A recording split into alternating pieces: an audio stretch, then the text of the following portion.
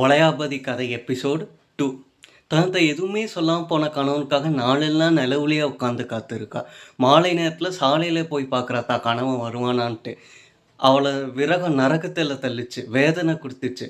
மாதங்கள் சுழந்தோடி தான் மாதவன் வரவே இல்லை. இப்படியே போக ஒரு நாள் தேய்ந்த தேகத்தோட இருண்ட கண்ணிமையோட தான் மகன் அம்மான்னு கூப்பிட்றான்.